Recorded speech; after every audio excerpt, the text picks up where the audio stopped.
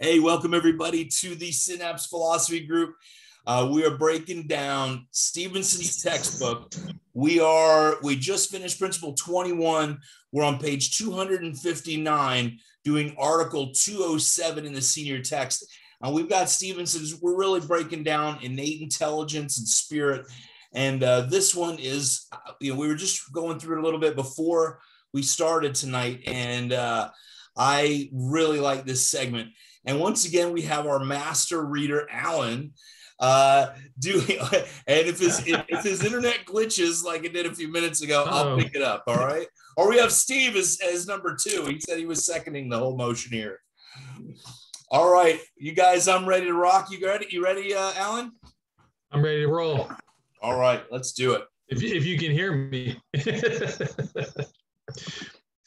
Whenever so we're in the senior text and we're at the top of page 259 under an article that was entitled Evolution of Values. Whenever there's an adaptation made in a tissue cell by innate, there is perfect physical personification of innate, her plans perfected. The organism successfully has passed the Xth milestone in the history of the universe. Innate knows that all the tissue cells of that structure are adequate for the present, but innate knows that there are other milestones to pass, and that the circumstances of the future occasions may be different. If the tissues have not passed the present milestone successfully and made adaptation, they certainly will not be any better prepared for the next one. The value that the organism accumulates by experience in this matter is a cumulative, constructive survival value.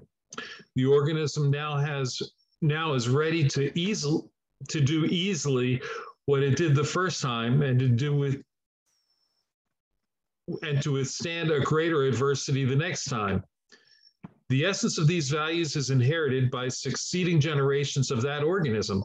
Note, we do not say if a workman has calloused hands that the son is bound to have calloused hands. No, the change is slower than that. If several generations of workmen have calloused hands, the offspring of that line will have tougher skin of the hands. However, even in the life of one animal or plant, we easily can perceive the structural strengthening within limits, of course. The action for the moment of stress that we spoke of was adaptation, and so was the structural strengthening that followed. From this arises the statement mentioned above. Adversity is the mold that the Creator uses to shape the forms and destinies of living things. Quote, great pilots are made on deep seas and rough waters, unquote. The living things that we perceive about us today have the forms and structures they possess because every cell in them is the result of intellectual adaptation sometime in the past. From this, we can see from whence came the expression, the survival of the fittest. Whatever doesn't kill the cell makes it stronger. That we was. Talk about this for a minute, yeah, before we go on. Absolutely. Okay. That is how do we get stronger as a being, right? You have to stress the system for it to function and adapt to environment to be stronger in the end game, right? What does not kill it makes it stronger. For the next generations, how important it is. I'm going to give this. I have a scenario. Right before this, my kids and I were watching WALL-E. It's a cute little cartoon movie about a little robot. And they're up in space, and all the people are just fat and lazy and sitting in chairs, and they're getting weaker and weaker. And they're not using their minds or their bodies. And if we're not using it, we're losing it. And adversity is the mold that the Creator uses to shape the forms and destinies of living things. Wow. Yeah. Your pain in your back is good. It's going to make you stronger. Something's changing. What do you guys get out of that? Well, I like that he talks here about accumulative constructive survival values. I think that we so often that I don't know how many chiropractors today are even being taught about destructive, the destructive survival values and constructive survival values, and that the accumulation of positive versus negative and how that affects us. That the forces of universal affect us as destructive survival values and have to be adapted by innate and transmuted into constructive survival values for us to live. Okay. All right. I like it. What about you? Along your storyline today, I was walking over in Rock Creek Park, and I saw a huge tree that had fallen, clearly not recently. And I'm looking up at it, and I see that why didn't it come all the way to the ground? Because it was in the air, and I'm looking because I have to walk under. I go, what's the likelihood this is going to come down on me while I'm walking underneath?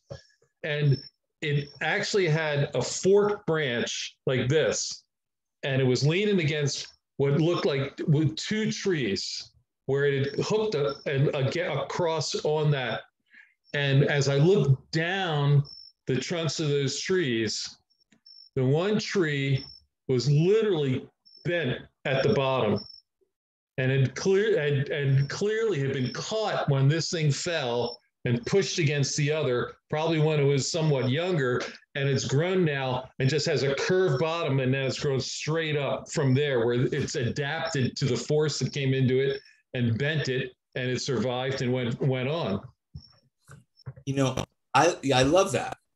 Structure determined its function at that interval, right? Pasquale used to really hit home. Structure determines function.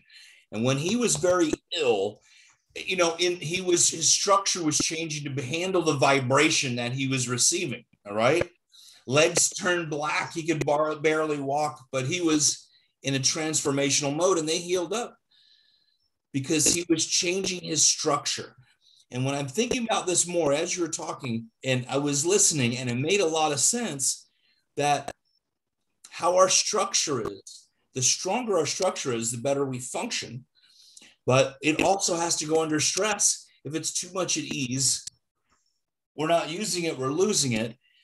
I'm thinking of, just to be able to adjust people in a day, going from school to be able to adjust people. It's a big challenge to adjust a load of people for a whole day where you've never really done it before. Clinic's 2 hours per person, So we're getting structure, just the muscles and the ligaments and everything else have to function to be able to change their structure so we can function at our best. We have to, well, look, when you look at guys that are playing professional football, and you see them, and you see these guys, especially the running backs or the defensive backs, when you see them, they have massive, very dense musculature, and they've worked hard they've stressed that with weight to build their musculature and make it stronger. They do the resistance, and part of that process we know from our physiology class is a breakdown build-up process. When you do weight training, you're breaking muscle down, and it builds back stronger. This is from the next page. Therefore, if a race of beings is called upon to face the ever-changing conditions of the universe with its evolution, that race will fall into a type that has gotten behind the advance of the world, and will find it harder to adapt when the necessity for it comes.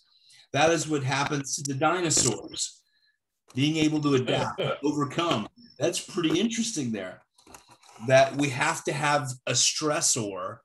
Even in our lives, if we just live in total bliss, we need because we're not advancing. Sometimes we need a stressor, even stressing our plants. I just trimmed, I have a Doma de Noche. It's a night blooming jasmine, and it blooms when we trim it. put it under stress, and then it'll bloom and have a beautiful flower in the night. One of my reasons to trim it often is so it'll bloom. Okay, I'm gonna read a little more on the next page. Is that cool? Therefore, Yeah. step by step, physical personification advances with the changing institutions of the universe. On that, and universe, he does use universal. So is he really talking about a higher power or just the space? We don't know yet. On that basis, the next tissue cells expanded are better equipped. This also is the explanation of assimilation. Don't say that many times in a day. Simulation. Not only does it pertain to the expansion of better cells in the present body, but that perfection of plans is given to succeeding bodies of the race.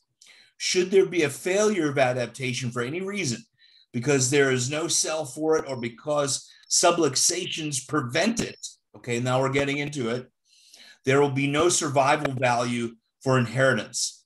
Since we use a unit system in our work, as explained in the normal complete cycle in the freshman work, we did that one already a few months ago.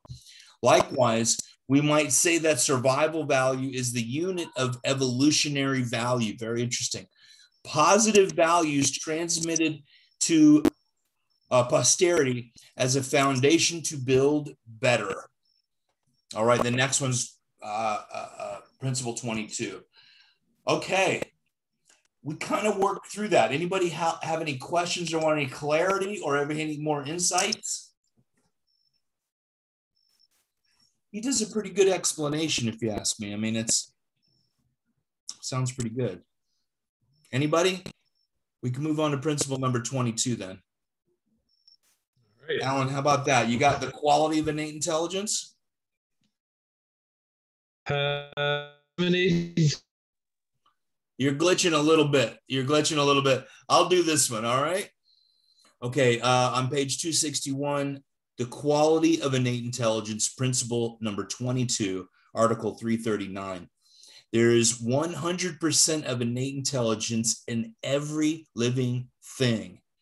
The quantity of innate intelligence is one thing, in one thing may not be as much as the quantity in another living thing, but it is the requisite amount, hence 100% for that thing. See principle number 7. Anybody want to go get that real quick? But that is, so what would have less quantity of life? I got 7. Just for reference. Go ahead with 7. Principle number 7 was the amount of intelligence for any given unit of matter is always 100% and is always proportional to its requirements. Right. Okay. What do you guys, what is that for? Why is that principle in here? What does it give us? The one he does mention subluxation. Oh, no, that's not this one. That was into the other one. Excuse me. I apologize. 100% all the time. You don't have less innate.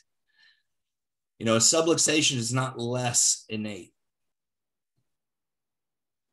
because we're always 100%.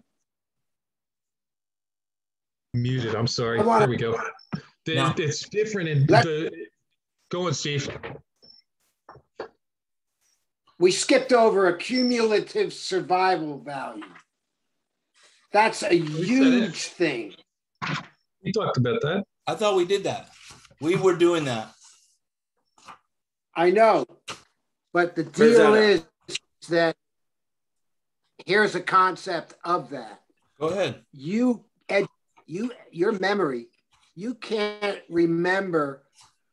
You don't have the ability to know what your great grandparents look like. Right. Except you're wearing their nose on your face. The body, the DNA, has accumulated since amoebas, the intelligence, a cumulative survival value in our DNA for billions of years. And the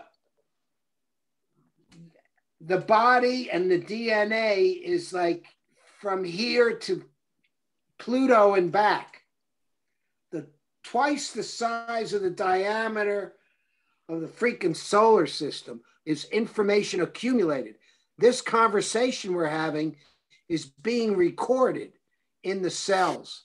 And it's just amazing that we, as an intellectual bunch of people, we almost like worship the intellect, where it's just such a small amount of the intelligence that is accumulated since matter was here. I just think it's an amazing concept that I love and then the idea of stress, where the wind comes and the trees are pruned and it gets stronger.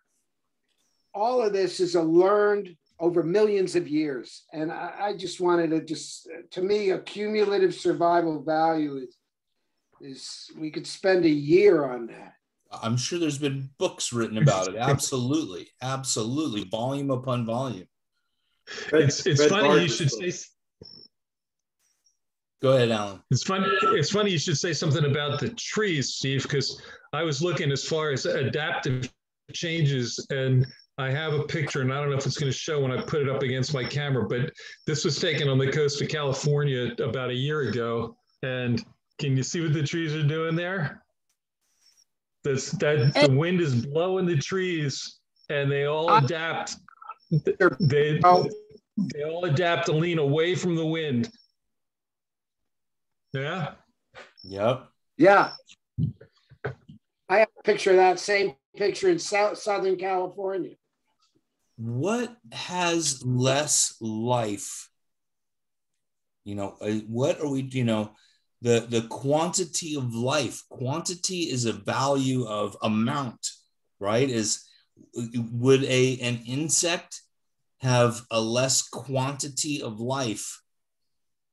It takes less to stomp it out with a shoe. Does a mouse or a rat, is that different than an eagle or a cat?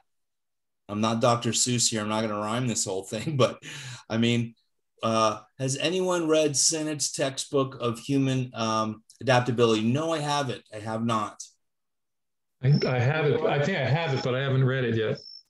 You want to give us some insight?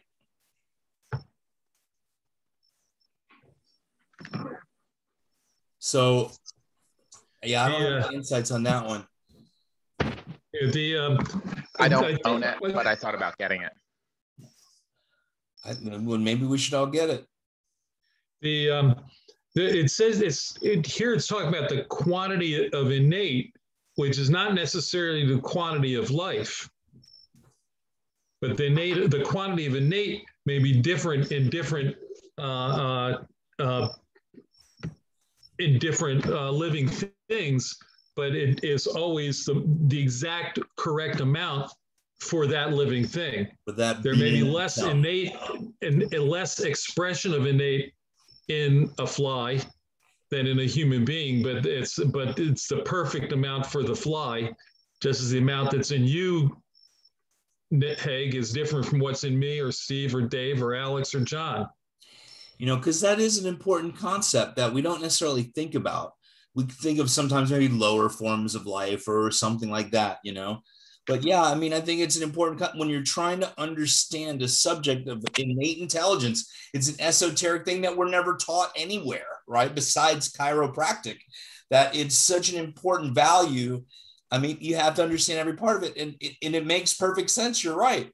The oak tree who is established has a higher probability of survival than one little seedling popping up out of the ground that just fell out of the tree.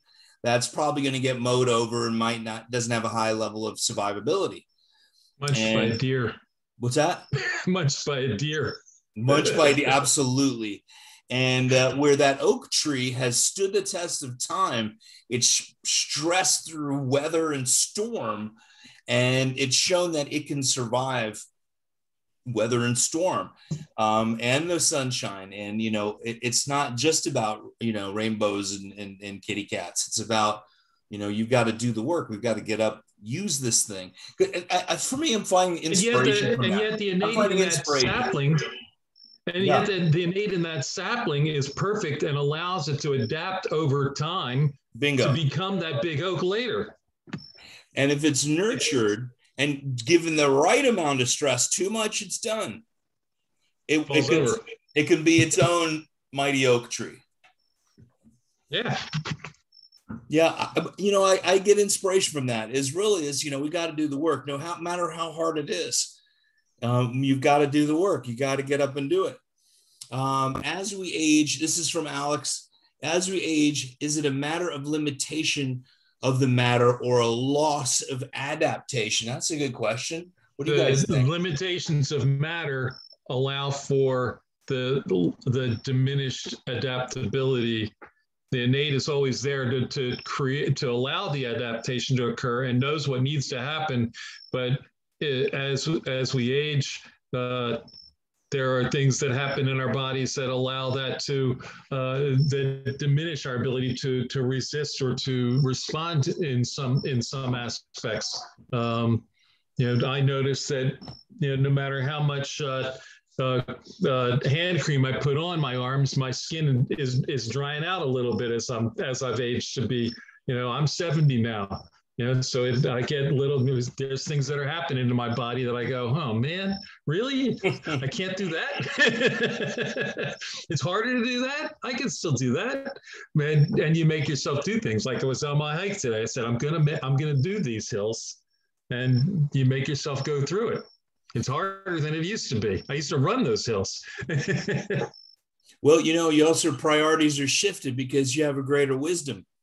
I look at it as the wisdom. I don't need to run up the hill.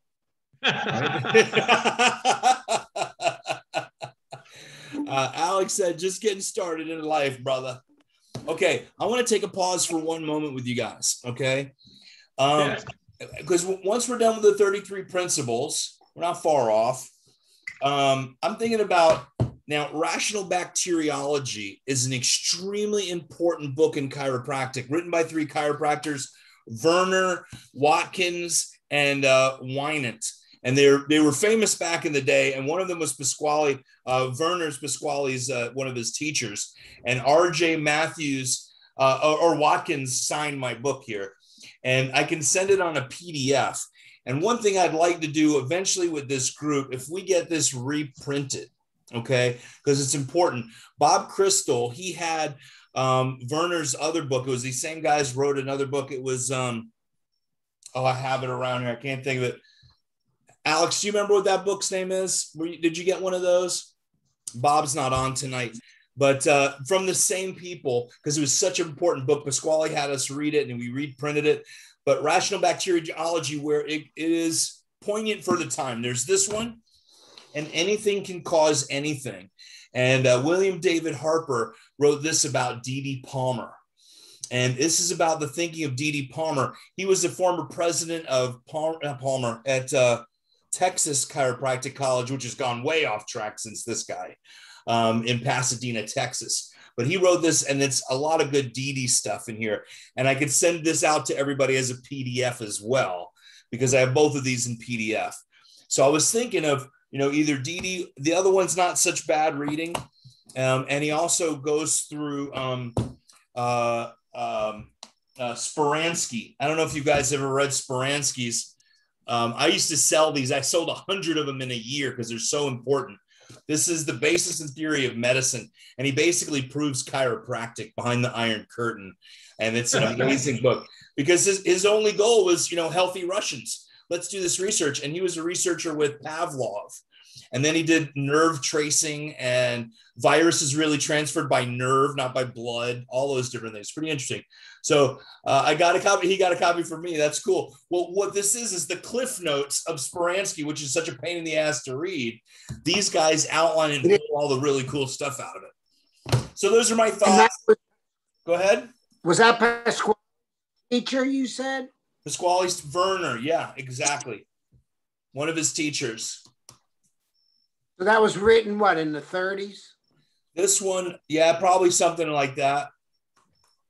Let me look at the, mine's starting to fall apart a little bit. 1953.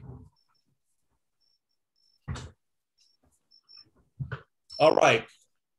What do you guys think? How'd we do? You want to go on or should we pause there? Where are we? 23 is function of innate. I think we pause at function of innate. Let's pick up there. Okay. Because, you know, what we do a few of them. It gets some of the, you know, the people that watch these, maybe it's a little long and we can have these in shorter spurts is really my thought. Because we went through some good concepts. Is that okay with everybody? Don't all vote at once. Because 23 is a little bit longer. You see, the function of innate, I think we're going to get into some deep stuff. Then limitations of limits of adaptation, characters of innate force. I think those are all big discussions and they could stand alone, you know? So let's pick it up there. So what do you guys think about for the, after we finish the 33 principles? We're 8 away or 9 away or something like that. We'll talk about it later. All right. I hadn't thought about where we would go next. So well, that's my job. I gotta make sure we're, you know, I'm thinking a few steps ahead. Trust me, because that's a good thing. Dry. But we can always go back to 19. What's that? Joe Strauss's Chiropractic Philosophy Blue Book. Let's read the stuff from the dead people. That's the way I'm looking at it. I'm sorry. Is he still alive? Oh yes. He's very alive, very alive. And really looks good for his age. He's looking great.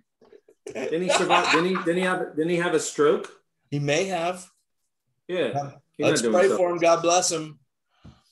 But what I'm thinking is, you know, getting back to DD. I think DD is so important. And some of these guys, this is the proof. We were talking about the guys that researching chiropractic to the nth degree, but understanding spirit, innate, and all those things. I think I'm going to do this book review myself. I'm going to do my own reading and just record it because it is good. But this one going into D.D. Palmer, this is one of the obscure books in chiropractic. I think this might be a pretty good way to go. I'll send you guys the PDF anyway. How about that? Sounds like a plan. All right. Oh man, I got this from, it's funny when you get things. I've met this guy since then. His business card was in the book. That's funny. I love miracles. Love it.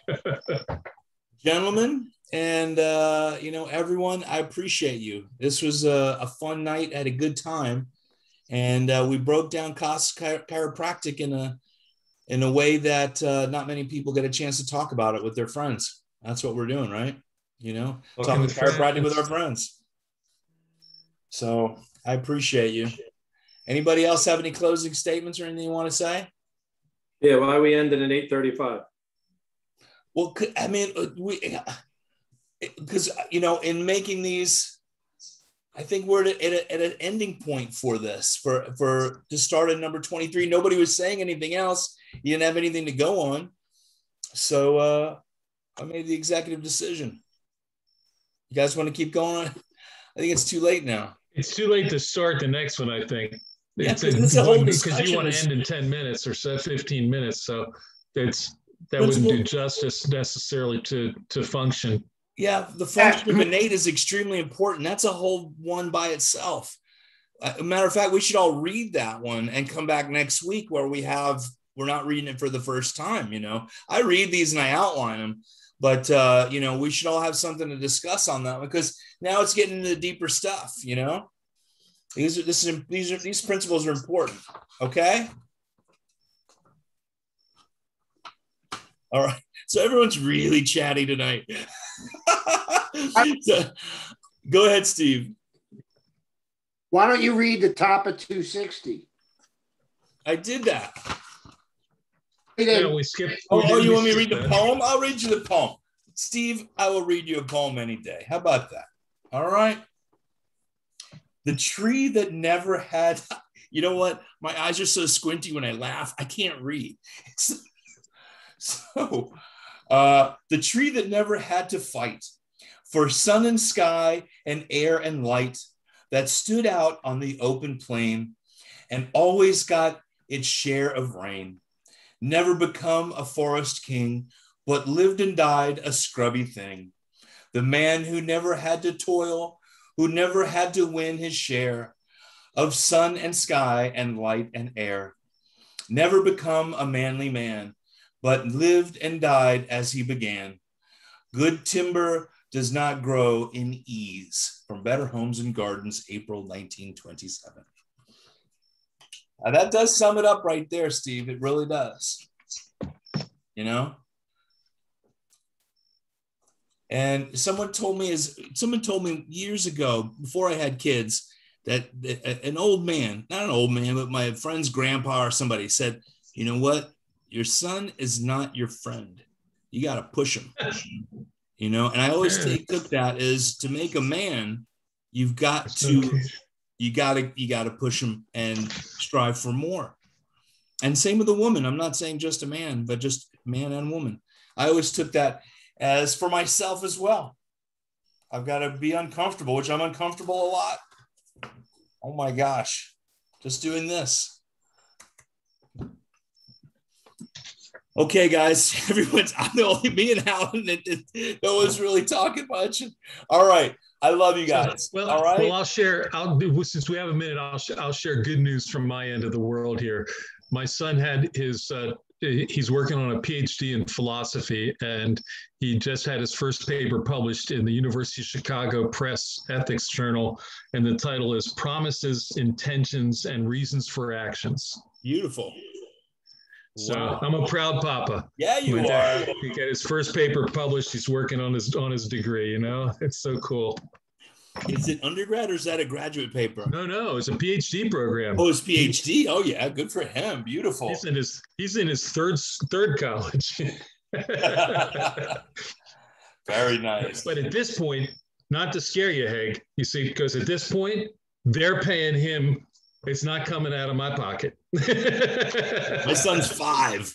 It's on a yeah, but you know, so it's a free ride for him at this point, and so that's all good.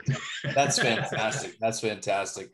You know, my wife she did her master's, and she read Jack Kerouac. Was it On the Road? Yeah. And she said, you know, I've been on a fast track to become a professor, and she was going to do her PhD. And she came to the United States. She was like, screw it, I would go live. And then she from Jack Kerouac, she read is it On the Road? I think the name of it is. Yeah. And she came to the U.S. So that's how we met. And thanks for that too. I mean, it's just it's hard work. Let me tell you, PhD work, because then you're teaching, you're in academia. You are part of academia at that point. Oh my God, yeah. He's teaching, all of his stuff he's teaching online at this point. Yeah. He was able to be back here. He was with us for a few weeks, and he was out at the Delaware shore for a couple of weeks with his girlfriend's parents, but they were able to teach all their classes all summer online, and they're teaching online. Even he's at University of Arizona in Tucson, and they're most of their classes they're teaching online right now at the moment. So. Palmer right now is 100% online. Studying. They're teaching and studying. That's their job. Yep. So. All right, gents. I'm going. That was good news for tonight. That's fantastic. We all need good news at this time, don't we? Who's Johnny B? Who's John B? Tell us who you are, John. All right. Is that a Balsamo? No. I was figuring out how to unmute myself. I'm out walking. I don't want to interrupt with all the cars going past and whatnot. Okay. I don't want you to get hurt. Be careful. Oh, yeah, no problem.